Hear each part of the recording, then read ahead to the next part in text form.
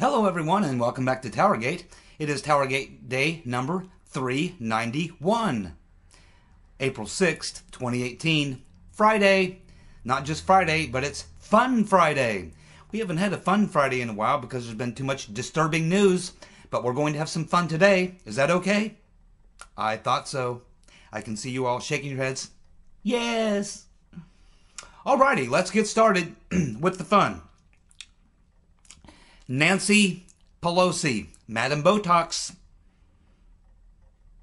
has come up with a brand new 2018 campaign pledge for the Democrats. You ready? Here it is.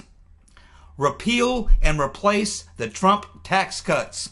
That's right. Repeal and replace the Trump tax cuts. Well, let's see here. She wants a tax plan that will create growth, create good paying jobs, and reduce the deficit. That's funny, because when she was Speaker of the House and Obama was the president, I don't recall them putting forth any type of tax plan that would create growth, that would create good paying jobs, or reduce the deficit. In fact, the deficit went from 10 trillion to 20 trillion under Obama and Pelosi. Jobs, we lost jobs under them. Real wages fell during that administration and her leadership, or lack thereof. And of course, there was no growth in the economy. We never exceeded, 1.8% was the best he had in 8 years, with Madam Botox leading the charge in the Congress. I don't remember any tax cuts, because there were no tax cuts. All Pelosi knows is tax increases. Oh, but there's more. Because she said that the tax bill was passed in the dark of night at the speed of light. And that we need more transparency. Can you believe that? Oh my goodness gracious. She was the speaker who presided over Obamacare, which actually was passed in the dark of night. Christmas Eve, I believe. Or New Year's Eve, one of those two. At the speed of light, and no transparency. Remember, I guess we'll have to read the bill to find out what's in it. No one will ever forget that one, Nazi Pelosi. Never will we ever forget that one. You're legendary for that comment. The truth is that 90% of the people who get a paycheck in this country got a tax cut. 90%, and the average tax cut was $1,610. Only 5% saw their taxes go up, and they are in the higher income tax brackets. That's the truth, Nazi Pelosi. Oh, but there's more. There's more. Cucky Shucky Schumer decided to chime in on this, and he has stated that he would like to raise the corporate tax rate to 25%.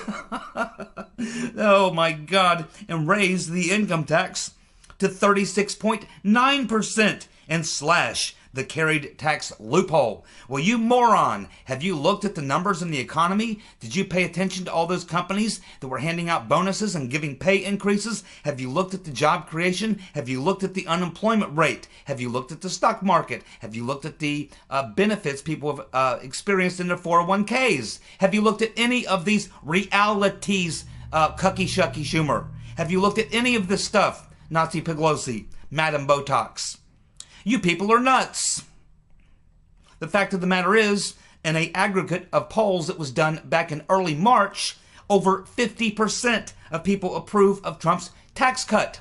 And that's despite the fact that they've had a tidal wave of negative propaganda running 24/7 round the clock, and all the liberal media and corporate media sites dissing Trump and his tax plan. Despite all that, it still has over 50% approval. And by the middle of the summer, it'll be even higher. It will be even higher. And Trump's approval now, according to the recent Rasmussen poll, is about 51%, compared to Congress, which the last time I checked was in single digits. Madam Botox and Cucky Chucky Schumer. What a mess. Nazi Pelosi, repeal and replace the Trump tax cut. These people are delusional. They are delusional. Please, Lord, let the Democrats run in 2018 on sanctuary cities and open borders for all. Let them run on repealing the Second Amendment and gun confiscation. Let them run on raising taxes. I hope to God Nancy Pelosi, Madam Botox, and Cucky Shucky Schumer decide to run on these three issues in 2018, because that looks like what they're planning. Unbelievable, is it not? I told you this was going to be fun. Stick around, it gets better. Kamala Harris, the Democratic hopeful in 2020, is also stupid. Just like Madam Botox and Cucky Shucky Schumer.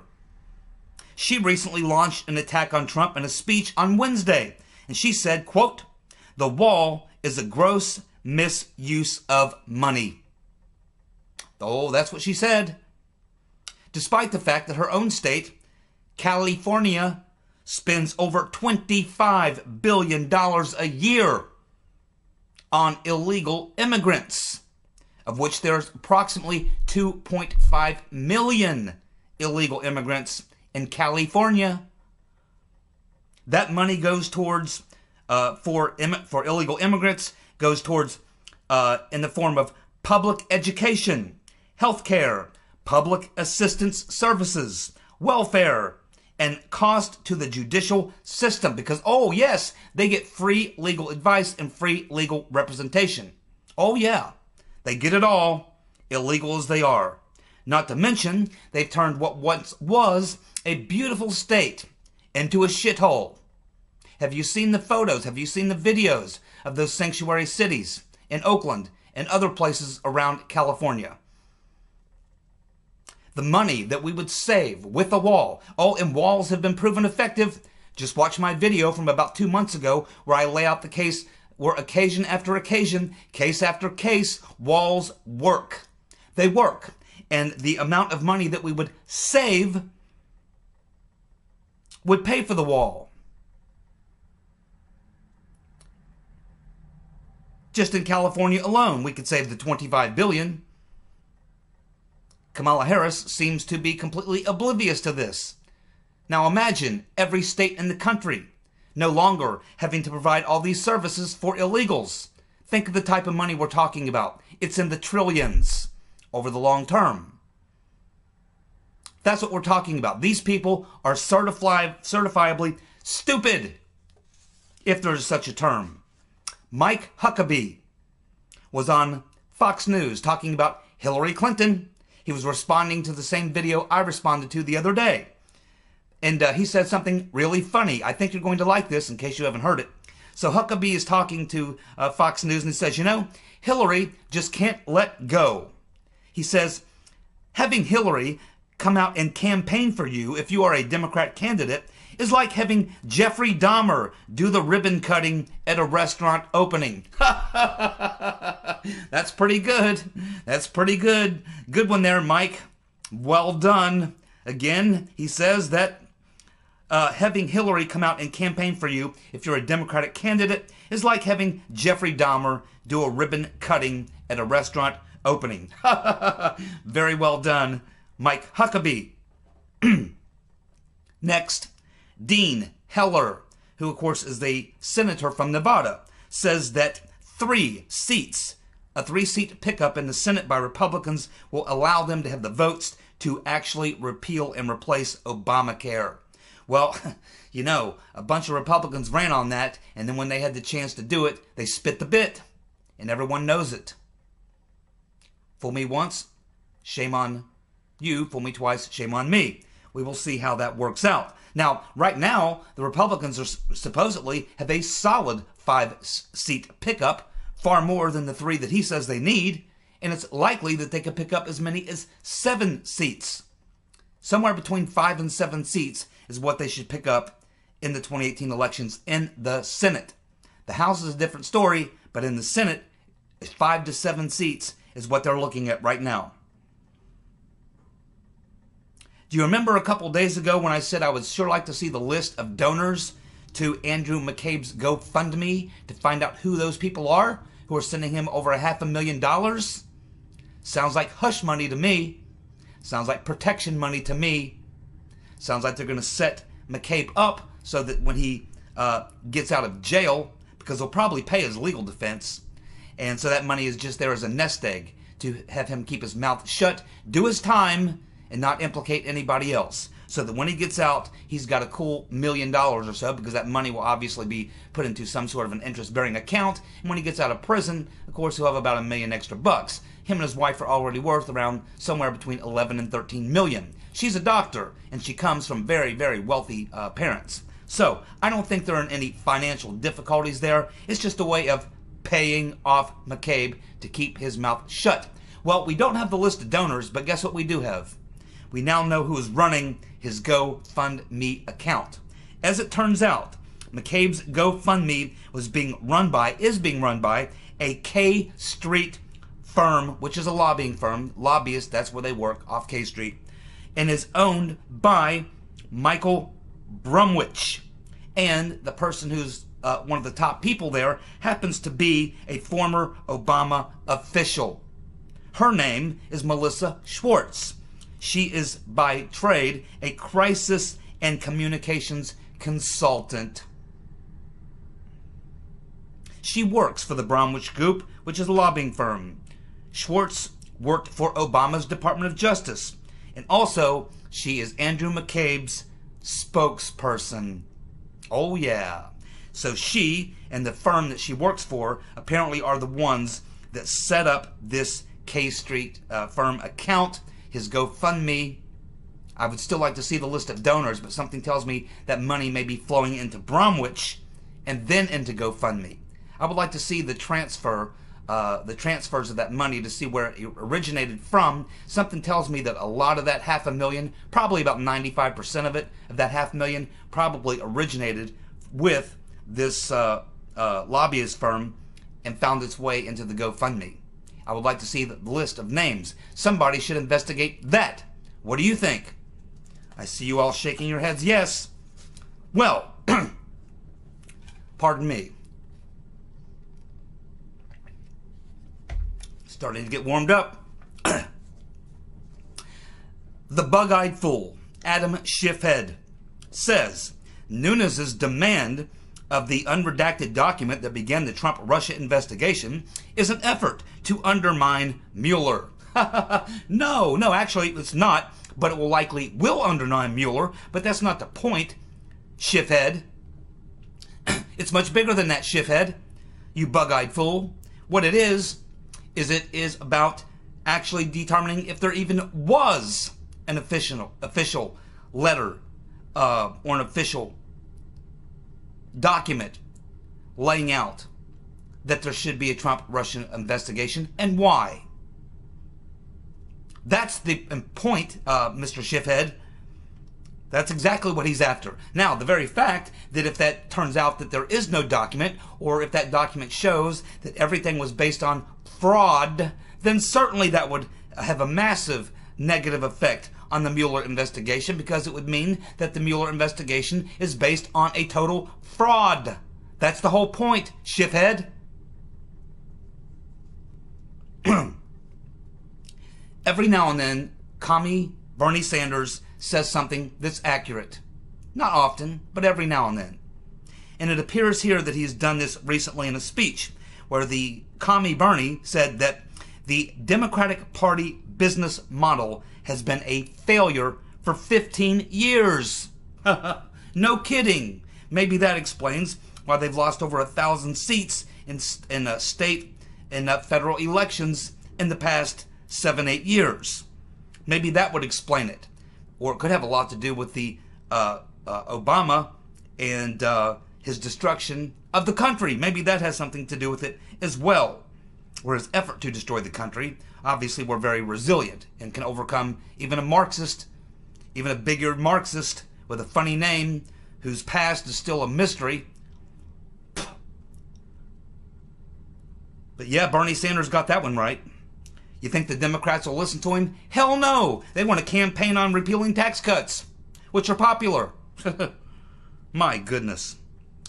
Well, it appears that John Brennan, former dickhead of the CIA, the Muslim convert who formerly supported a communist for president, and the Communist Party, was actually a card-carrying member of the Communist Party, a man whose face looks like someone who desperately needs to pinch a loaf but just can't do it. Appears that he's sweating bullets. The House intelligence investigators are closing in on Brennan. They are looking harder at Brennan's briefing to Harry Reid about Russians having blackmail material on Trump. They're looking at his testimony to Congress and his knowledge of the dossier, which appears to show false statements. That's Washington, D.C.'s way of saying lies. If you remember, while he was being questioned under oath, Brennan said, quote, that he didn't know who commissioned the dossier. He also said that the dossier did not play a role in the CIA intelligence assessment.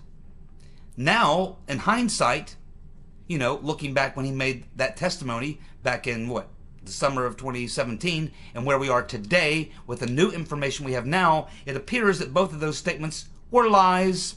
And now we understand why Brennan is so unhinged and going off like he is, because he is sweating. He knows that the noose is closing in on him as more and more information comes out. And now that we had this story from Elizabeth Voss yesterday, which appears to give a strong indication or strong evidence that the British government may have been deeply involved in the creation of the dossier and part of this whole process. And who would it be who would have had connections to British intelligence, to people like Mr. Downer, to people like Papagalopoulos, to Christopher Steele, to other people, to this Mr. Misford, who appears to now be British intelligence? It would be someone like the CIA director, Brennan. That's who. The noose is tightening around the neck of that commie, and he's sweating bullets. And he still can't pinch that loaf. The Washington Post ran a story that Mueller, this is a leak. This is obviously another leak from the Mueller, Uncle Bob Mueller, the executioner, and the Hillary donor posse. It's another leak from one of his posse members to the Washington Post. That's exactly what this is. And that story ran, I believe, on Wednesday or Thursday. And it says that Mueller is going to drop a midterm bombshell on Trump in July or August. And it will have something to do with obstruction of justice. Well, maybe they've been watching my videos over there at the Washington Post. Or maybe the Mueller team. I don't know. But I've been saying this for weeks and weeks and weeks and weeks. That the Mueller campaign was designed to take down Trump. And if you couldn't take down Trump, take down anyone around him and force them to make some sort of a statement, which can be used against Trump when they interview him. Doesn't matter if the statement's true or false. All that matters is that you have a person who says one thing and Trump says another, and you can say, well, I believe this person. Therefore, I think, Trump, you're lying. Therefore, I have a case against you for impeachment. Now, if Mueller can't get that done, then what he's going to do is do something that around the midterm elections, which will put a dark cloud over Trump and the Republicans and possibly cost them the House. Because once the Democrats take over the House, which they only need 23 seats, and they take over the House, they can kill all the investigations that are currently underway, and they can launch impeachment hearings. That's the end game. And I didn't need the Washington Post or the Mueller team to leak that for me to know it. I've been saying it for weeks and weeks and weeks. Of course that's the game. Do you think we're stupid? We're not. I'm certainly not. Which brings me to my final thing of the day. Something that's been bothering me for a while. I think it bothers a lot of you too. But there's an interesting thing going on. I was watching the woman who's the head of the GOP. And I was watching her on Fox talking about the fact that they're raising all this money on Trump. They're having record fundraising, and they're doing it on Trump and his agenda all across the country. Republicans are raising lots of money, and they're doing it running on Trump's agenda. And she says that's the plan, is to run on Trump's agenda in 2018. So when you look at, and in fact, we actually just heard, a couple of days ago, that even the Democratic National Committee and even Pelosi admitted that they're going to tell Democrats running in tight races or in races in places where that were turned from blue to red, that they should run on, going along with some of the good things of Trump, but fighting him on other things or whatever. So we can see that clearly there is a shift. These people understand what is popular and what is not. They have internal polling. They know what they're doing.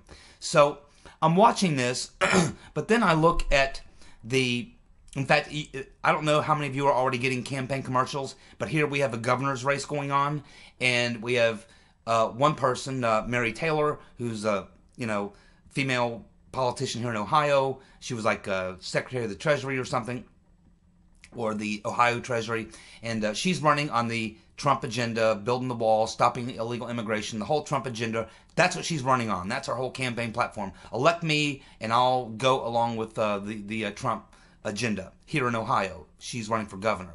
She's running against Mike DeWine, who's a career politician, kind of a flimsy establishment kind of politician, been around forever, been in Congress, been in the Senate, whatever. So anyway, that's the match that you see playing out, and you're going to see this play out all across the country. And of course, we also know that there's about 23, I think, Republicans, including Jeff Flake and Bob Corker and some others, who are not going to run again. Now, the thing is, they're not running again because they know they would be defeated soundly and they don't want to be embarrassed. And who are these 23 Republicans? They were anti-Trump Republicans.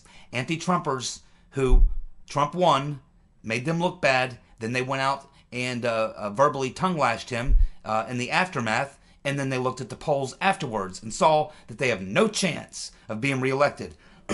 They are going to be primaried and they are going to be defeated soundly, and they don't want to be embarrassed. They're leaving, not because they want to, but because they have to. Because if they run for the race, they're going to lose, and lose badly. They don't want to be embarrassed. That's why they're leaving. So this tells us a great deal as you look at the races across the country shaping up for 2018 and how the Republican Party is going to play the races. They're going to try to run on Trump. They're going to run on his shoulders and his money that they can raise running on his policies. But if you look at the cowards at the leadership in the Republican Party in Congress, namely Big Ears Paul Ryan, Eddie Munster, and also Twitch McConnell. If you look at them and some of the other leadership in the Republican Congress in Washington, in the swamp, they are never out there defending Trump. He's being literally destroyed every day, every single day in the corporate media. Never do they ever come out and defend him. Never. And they gave him that rotten bill, which didn't do anything that's a part of his agenda. They gave him a bill to sign. It was the Democrat agenda. Yeah, he got a lot of money for the military. But other than that, it was a slap in the face to Trump. And these people never go out and fight for him. Never try to defend him. I hope you people in Kentucky, although I don't think McConnell's up, but Ryan sure is. You can vote out Ryan up there in Wisconsin, my friends. I think there's a couple good candidates. Of course, you know who I support up there. But take your pick, anybody but Ryan. I know there's some MAGA candidates running against him in Wisconsin. Some people say he's going to step down. I don't know. I don't care. I don't know if I believe that or not. Maybe, but why wait? Why take a chance? In my mind, and I know some of you disagree with this position. That's fine. But I think you have to defeat Ryan and replace him with a real conservative who will go out and fight for the president and defend the president. But you don't see that coming out of the leadership in Washington. Even though you see it shaping up in races all over the country, in congressional and Senate races, they're running on Trump. They're defending Trump, running on Make America Great Again policies. But not in D.C., not in the swamp. There, they hate him. And they clearly, I honestly believe that in the higher echelon, the establishment of the Republican Party in D.C., that they want to lose to the Democrats in the Congress and in the House. They want the Democrats to take over and move to impeach Trump. That's what I believe. I mean, I may be, on the conspiracy train or something. I don't know. But that is what my gut tells me, watching their behavior. It's the only thing I can figure. Why would you let your president of your party go out there every day and be mercilessly beat literally to death and never stand up for him? Never try to defend him. And I don't expect him to defend all his tweets and all that kind of stuff. But on policy and things and such, they should be out there giving vigorous defense. But they don't do it. They do not do it. You don't have to be a genius to figure this one out. So I'm thinking that this kind of took me back to my childhood. It reminded me of when I was a kid. There was a great show that I used to love to watch. It came on every Sunday morning. Some of you may remember it. It was called Mutual of Omaha's Wild Kingdom. Great show. Basically, the show was about, it was centered around an animal scientist, whatever, animal expert named Marlin Perkins. He was an old guy, kind of old gray hair, gray mustache, gray hair, older guy, probably in his 60s, but obviously a guy who was an expert in animals. Particularly, they focused on wild animals, dangerous animals. And he had a right-hand man who was his muscle, and his name was Jim. Now, Jim wore the traditional khakis. Dude had arms on him about like this. Big, bulky, looking like 6'4", 240, sort of muscle-bound guy. Because this guy, what does he do for a living? This guy literally engages in hand-to-hand combat every Sunday morning with crocodiles, bears, lions, tigers, you name it. I mean, the dude literally would throw down with anything. Big, strong, strapping dude, and also an animal expert in knowing how to handle animals. So, anyway, I'll never forget, it reminds me of my favorite episode, which I watched many times over. And it was the episode where they went to try to do what they normally do, which is what they were trying to do was Jim had this little like gun on a belt, and what it would do is it would shoot a tag into the animal, and it would allow them to track the animal and observe the animal and various other things. So that was the idea, was to shoot this tag into these wild animals, and then they could track them and observe them and things and such. So my favorite episode, and this takes me back to this, is the episode where they were trying to tag a condor, not just any ordinary condor. And I can't remember what country this was that they were at, but they went to this place somewhere in the world where you find this incredibly large condor. I'm talking 14 to 16 foot wingspan. I'm talking as big as a truck.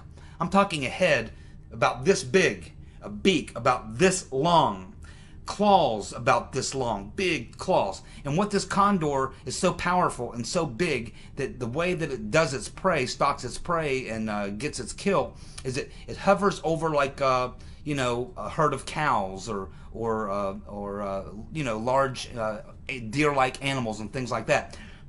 It hovers over them until it finds a target, and then it dives down and it sinks its massive claws that are this long into the beast, which usually kills it almost instantly. But if it's still breathing, when the condor gets it back to his cave, which is where they live, they build nests in these rocky caves, then at that point the condor will just smack its beak down into the animal and kill it. If it's not totally dead, that kills it at that point, because this incredibly powerful head and beak on this thing. The beak is so sharp, I mean, if he just splits your head open like a cantaloupe. So, very, very powerful bird. Massive bird. He almost was so big, he looked almost like a prehistoric bird. That's how big this bird was. Absolutely incredible. Very, very nasty, dangerous bird. And these animals that this thing would grab its claws into, 300 to 400 pounds. It would sink its claws into 300 to 400 pound animals and then fly away. And take them back to his cave, build up in the rocks, and there it would put the final kill on it, and then, I guess, feed it to the young or what have you. So anyway, I'm watching this particular episode, and now the funny thing is that old Marlin Perkins, he never actually engaged in any combat with any animals. He used his man, this expert handler, Jim, big strapping dude, to do all the physical combat with all these dangerous animals. Crocodiles, bears, didn't matter, man. This guy was game for anything. Tough guy, right? So Anyhow, on the crocodile, on the condor episode, so what you've got is you've got this rocky cliff, and you've got a beach down below with the ocean and the beach, and then up off the beach there's a rocky cliff, and in this cliff is a cave, and they determine that's where this giant condor is, and so they go to this place in the world where you find these giant condors.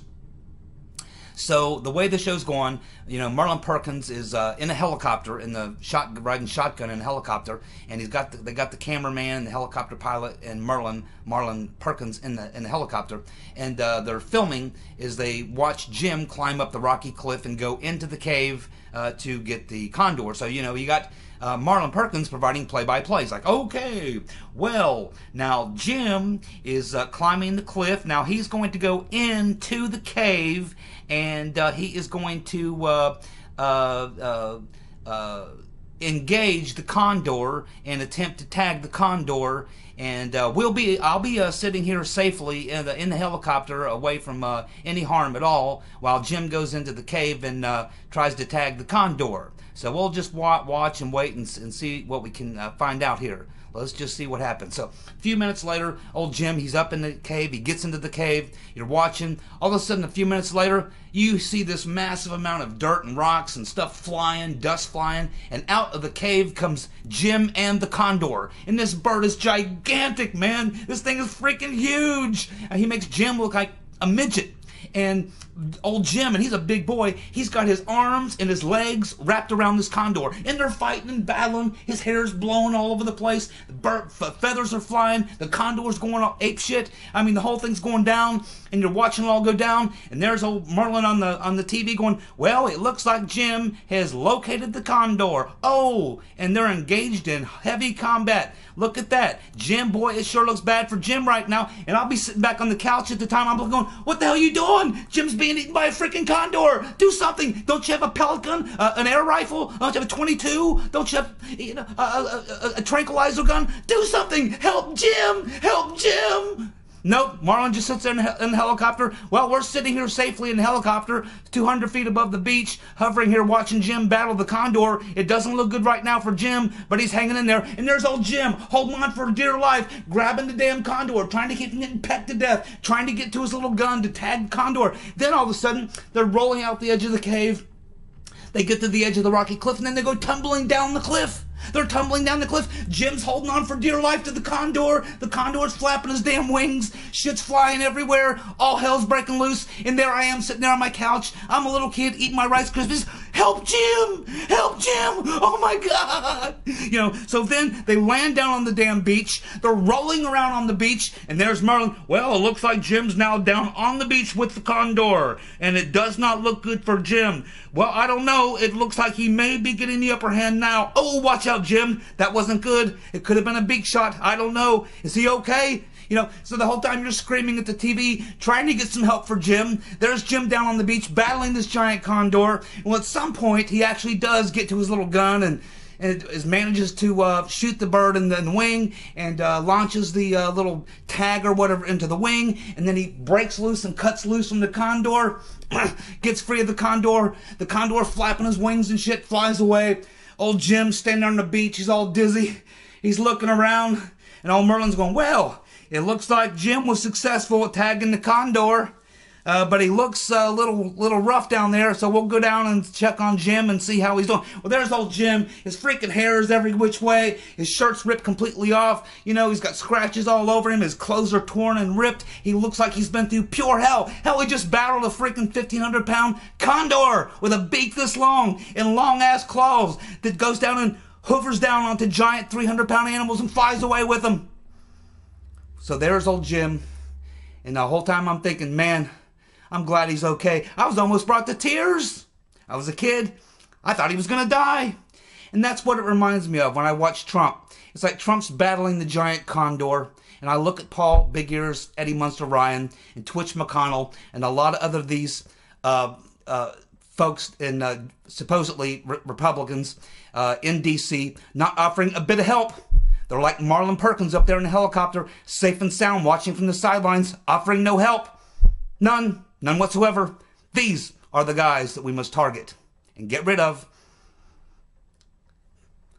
That's about it. Thank you for tuning in. I'll be back on Saturday with the weekend edition of TowerGate. Thanks for tuning in. Bye.